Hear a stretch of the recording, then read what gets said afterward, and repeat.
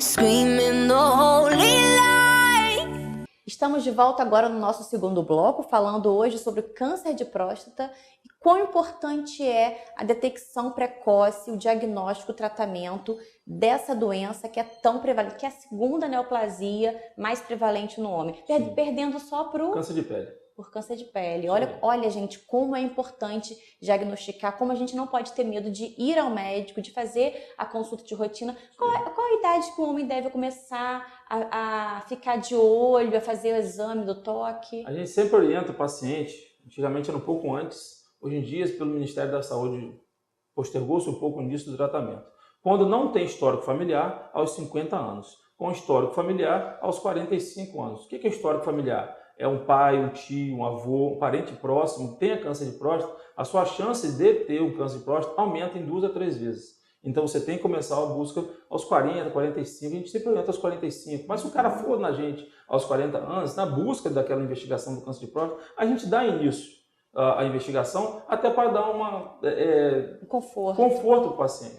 Porque às vezes ele está muito ansioso com aquilo.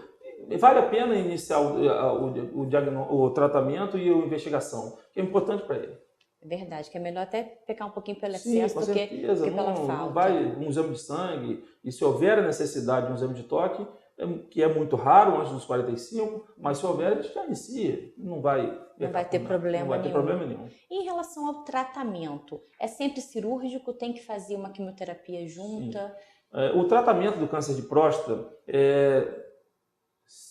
abriu-se um leque há pouco tempo, né? A gente sabe que tem o câncer de próstata mais agressivo, que é a ideia de ser mais agressivo também no tratamento. O câncer de próstata que é mais agressivo, ele tem a necessidade cirúrgica, na grande maioria das vezes. Quando o paciente tem a possibilidade de suportar uma cirurgia para próstata radical de próstata, prostatectomia radical. A gente sabe que a prostatectomia radical é uma cirurgia grande porte, uma cirurgia com seus riscos inerentes, então a gente tem que ter muito cuidado na seleção do paciente. Quando o paciente não tem são todos, então, que vão para esse tipo de cirurgia. Não. Quando o paciente tem a possibilidade de tratamento, a gente encaminha para a cirurgia. Quando não há possibilidade de tratamento, pode se optar pela radioterapia ou pela decisão do próprio paciente. Às vezes o paciente não tem intenção de fazer a cirurgia. A gente caminha para a radioterapia, que também é um tratamento com intenções de cura. A gente não acha que não é só paliativo. Não, a radioterapia para o tratamento do câncer de próstata não é só paliativo, é um tratamento também curativo. Existe naqueles cânceres de próstata indolentes, que a gente fala que é um câncer de próstata menos agressivo, a gente pode fazer um acompanhamento ativo desse paciente. Ele se encaixa em um protocolo, a gente até pede algumas assinaturas para ele estar ciente de que ele tem um problema e que ele tem que ser acompanhado periodicamente, fazendo acompanhamento por exame de sangue, ultrassom e, dependendo da situação, de 6 em 6 meses ou anualmente, de biópsia prostática, para ver se há variação na agressividade tumoral para a gente precisar intervir ou não naquele paciente. Ou continuar só acompanhando. Então, na Então, verdade, o tratamento é muito individual. Tem, muito. A gente tem também a bracterapia, a gente tem o tratamento por tunelização, a gente tem tratamento por orquiectomia, tratamento por medicações, quimioterapia, a gente tem tratamento para o câncer de próstata, a gente consegue controlar, a gente consegue dar cura. Paciente que se perde paciente hoje por câncer de próstata, por muitas das vezes, por ignorância do paciente não buscar o auxílio médico. Que bom, é bom a gente saber isso, que a gente se anima mais ainda a procurar o médico e procurar fazer o exame para poder diagnosticar, né, Bruno? Com certeza. Porque não adianta a gente querer negligenciar e ignorar. Se o problema está aqui, muita paciente fala para mim, né, em relação sobre os tipos de câncer de mulher, eu não quero nem saber porque eu não quero.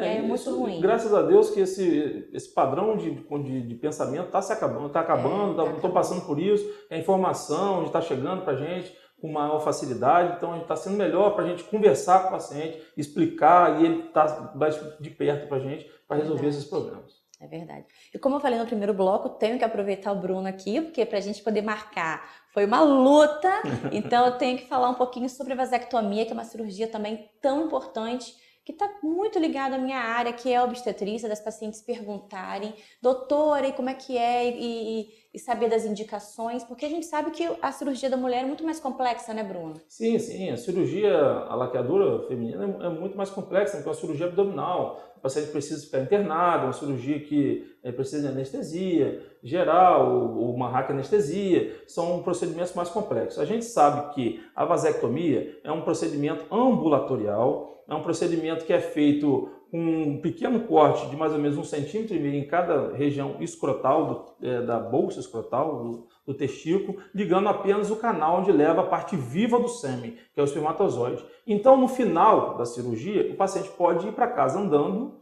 A recuperação normalmente é muito boa. Complicações com vasectomia a gente não tem tido, graças a Deus. Complicações pequenas, infecção local, um hematoma pequeno, tudo isso é resolvido sem necessidade de intervenção secundária. E aí o paciente tem uma recuperação muito boa. A gente tem que ter muito cuidado na indicação da vasectomia.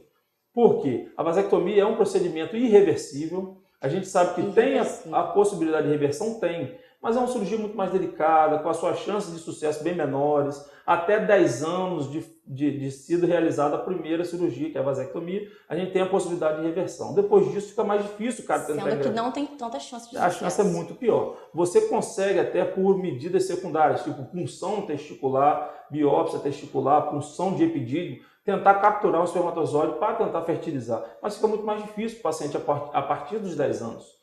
Então, por isso que a gente sempre orienta numa consulta multidisciplinar para que esse paciente tem que passar pelo psicólogo. Tem que passar pelo psicólogo, tem que assinar e reconhecer firme em cartório, tem que ter testemunho, mas não precisa ser casado, não precisa ter filhos, é só ter intenção. Isso acima dos 25, tem idade mínima? Acima dos 25 anos. Não precisa ter filhos? Não precisa ter filhos. Não é igual da mulher que tem que ter 2 filhos? Não, pelo Ministério da Saúde já está liberado o paciente que tenha ou não filhos e a partir dos 25 anos que esteja legalmente apto, mentalmente apto para fazer o procedimento. Para decidir se quer essa cirurgia. Sim. É difícil pacientes mais jovens chegar ao consultório pedindo a vasectomia. Geralmente é por má informação. Eles chegam achando que vai fazer vasectomia, depois vai reverter. Aí a gente, num bate-papo, numa consulta bem informal e bem legal, eles entendem que não é aquele momento dele fazer o procedimento. Mas legalmente ele já está apto. Porque a gente sabe também que o início da atividade sexual hoje em dia está muito precoce. A gente sabe que os filhos estão chegando muito mais cedo e às vezes com 25 anos o cara já tem 3 filhos e já está com a prole constituída, não quer mais. Então, pelo Ministério da Saúde já está liberado. Isso aí. E o mais importante é a gente salientar, não leva à impotência, né, Bruno? Não tem problema no orgasmo, não tem problema na qualidade do sêmen, na quantidade, em forma alguma tem mudança no estilo de vida. No hábito sexual, na rotina, na quantidade. Aventou-se a possibilidade, há uns anos atrás, a possibilidade do câncer do testículo após a vasectomia, que esse estudo já caiu por terra, a gente já tem comprovações científicas que não tem alteração nenhuma da vasectomia para esses pacientes futuramente. Então, não tem. Isso já está consagrado.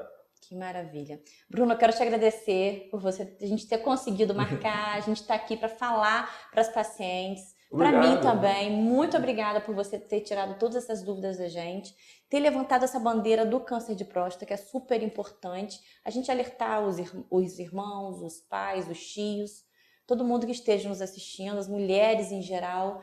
E é super importante porque a saúde da família depende do bem-estar da mulher, do marido, dos filhos. Com certeza. Né? Eu vim aqui agradecer e mais uma vez salientar que a gente está aqui como amigo para aproximar os pacientes da nossa consulta, ter um bate-papo informal e estar esclarecendo as dúvidas que porventura vieram a ocorrer. Tá? A gente está muito agradecido pela oportunidade, pelo tempo que a gente está junto aqui, está sendo muito agradável e obrigado pela oportunidade. Obrigada a você. E quero agradecer a todo mundo que está me assistindo. Muito obrigada. Sempre, toda semana, a gente tenta fazer com muito carinho para vocês, levando bastante informação. Fiquem com Deus e até semana que vem.